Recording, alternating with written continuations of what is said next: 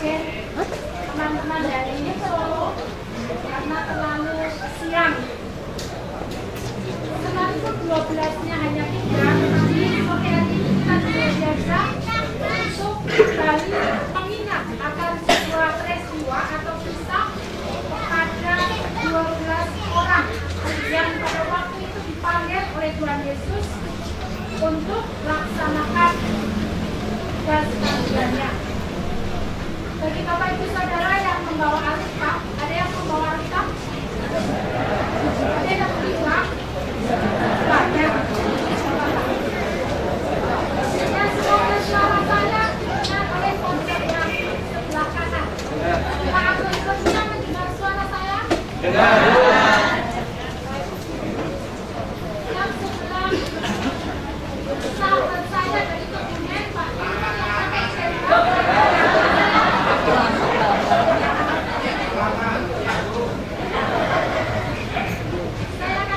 Bapak Ibu Saudara untuk bersama merenungkan firman Tuhan yang saya ambil dari Markus pasal 6.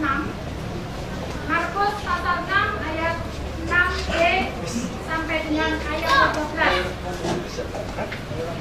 Markus pasal 6 ayat 6b sampai dengan ayat 13.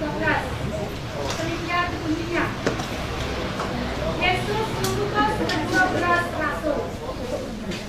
Lalu Yesus berjalan keliling dari desa ke desa sambil mengajar. Ia memanggil ke-12 murid itu dan mengutus mereka berdua-dua. Ia memberi mereka kuasa atas roh-roh jahat. Sudah sangat mendengar. Ya, saya ulangi ayat 7. Ia memanggil ke-12 murid itu dan mengutus mereka berdua-dua. Ia memberi mereka kuasa atas roh-roh jahat dan berpesan kepada mereka supaya jangan membawa apa-apa dalam perjalanan mereka kecuali tongkat. Roti pun jangan, bekal pun jangan, uang dalam ikat pinggang pun jangan. Boleh memakai alas kaki, tetapi jangan memakai 2 baju. Katanya selanjutnya kepada mereka, kalau di suatu tempat kamu sudah diterima dalam suatu rumah, tinggallah di situ sampai kamu berangkat dari tempat itu. Dan kalau ada suatu tempat yang tidak mau menerima kamu, dan kalau mereka tidak mau mendengarkan kamu, keluarlah dari situ dan kepaskanlah debu yang di kakimu sebagai peringatan bagi mereka.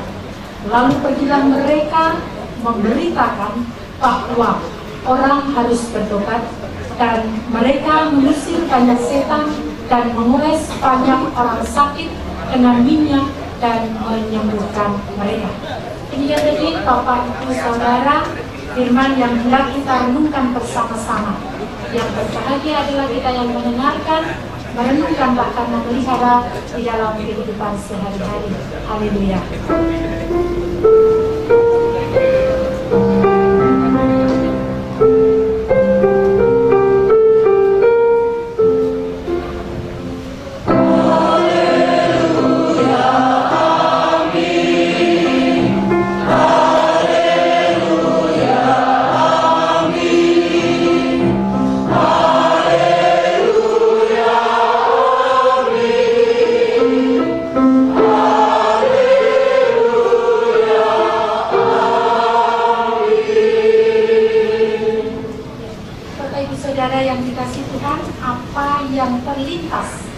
Dalam pikiran Bapak Ibu Saudara ketika membaca tema yang ada di buku ini atau di belakang saya, di depan Bapak Ibu Saudara.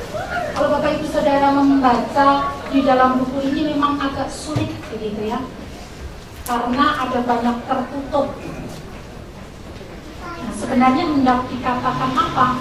Hendak dikatakan bahwa ternyata menegakkan keadilan dan kebenaran sebagai panggilan salib itu tidak mudah, seperti halnya ketika kita membaca tulisan ini.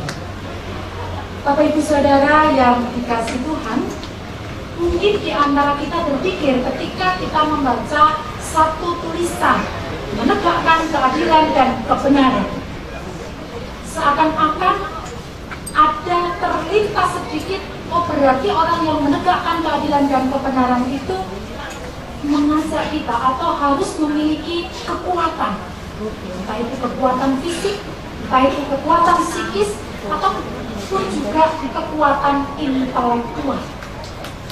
Nah, kalau di dalam benak kita terlintas bahwa menegakkan keadilan, menegakkan kebenaran itu harus memiliki kekuatan fisik, psikis, ataupun intelektual, lalu bagaimana orang yang tidak memiliki daya? Apakah memang demikian? Harus memiliki kekuatan fisik, harus memiliki kekuatan psikis? Saya pikir tidak. Saya pun juga tidak memiliki kekuatan psikis. Kalau fisik mungkin iya karena saya lembut ya. Tapi kalau psikis itu belum tentu. Nah, Bapak Ibu Saudara yang dikasih Tuhan, apakah betul memang menegakkan keadilan dan kebenaran itu harus menggunakan kekuatan yang luar biasa begitu? Bisakah menegakkan keadilan dan kebenaran itu dengan cara yang lembut? Mungkin dalam pikiran hati kita mana bisa, kalau kita lembut kita akan diinjak-injak.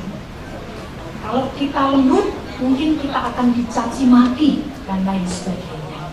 Nah, Bapak Ibu Saudara, sore hari ini kita diajak untuk melihat sebuah kisah tentang panggilan Yesus kepada ke-12 murid.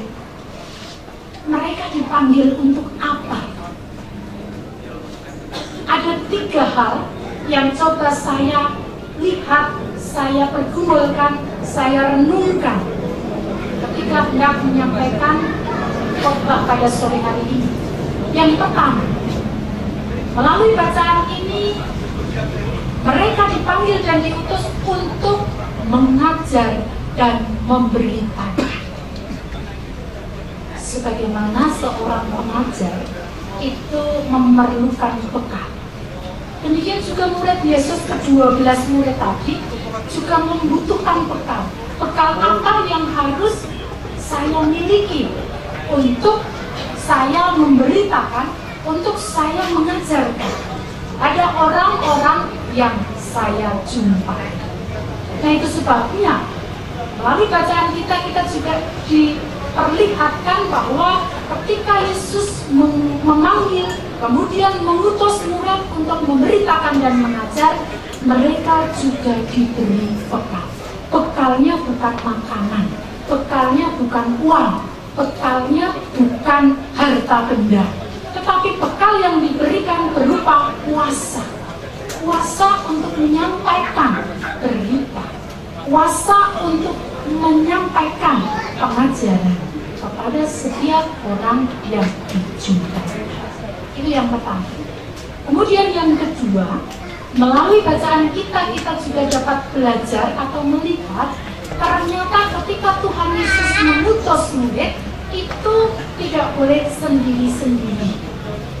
Katakan di dalam bacaan kita mereka diutus berdua-dua. Berarti kalau ada 12 itu ada 6 kelompok. Dengan kata lain, saya ingin katakan bahwa Yesus ketika mengutus murid-muridnya, mereka harus berdua-dua dengan harapan apa? Dengan harapan mereka bisa saling menopang, mereka bisa saling menguatkan, mereka bisa saling membangun. Ketika menyampaikan berita dan pengajaran kepada orang yang ditemui, jika orang tersebut menerimanya, orang itu tidak akan sombong. Ini karena apa? Karena ada temannya. Demikian juga ketika orang menyampaikan berita kepada orang lain dan itu tidak diterima, itu juga tidak akan mengakibatkan atau tidak mudah putus asa, karena ada temannya yang menopang, karena ada temannya yang menguatkan.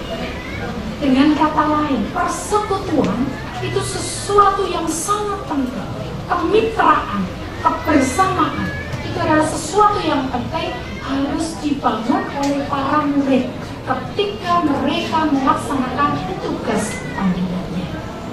Yang kedua. Kemudian yang ketiga, pelayanan. Pada waktu itu para murid tidak hanya mengajar, memberitakan melalui kata-kata, tetapi mereka juga melakukan dengan perbuatan. Mereka dibekali dengan kuasa untuk mengusir setan. Mereka dibekali dengan kuasa untuk menyembuhkan orang sakit. Orang yang kerasukan setan, orang yang sakit, itu bisa direpresentasikan atas itu adalah representasi dari orang-orang yang lemah. Nah, kalau kemudian mereka menjumpai orang yang lemah, orang yang sakit, orang yang mungkin dirasuki oleh setan, murid-murid harus melakukan sesuatu, yaitu melalui perbuatan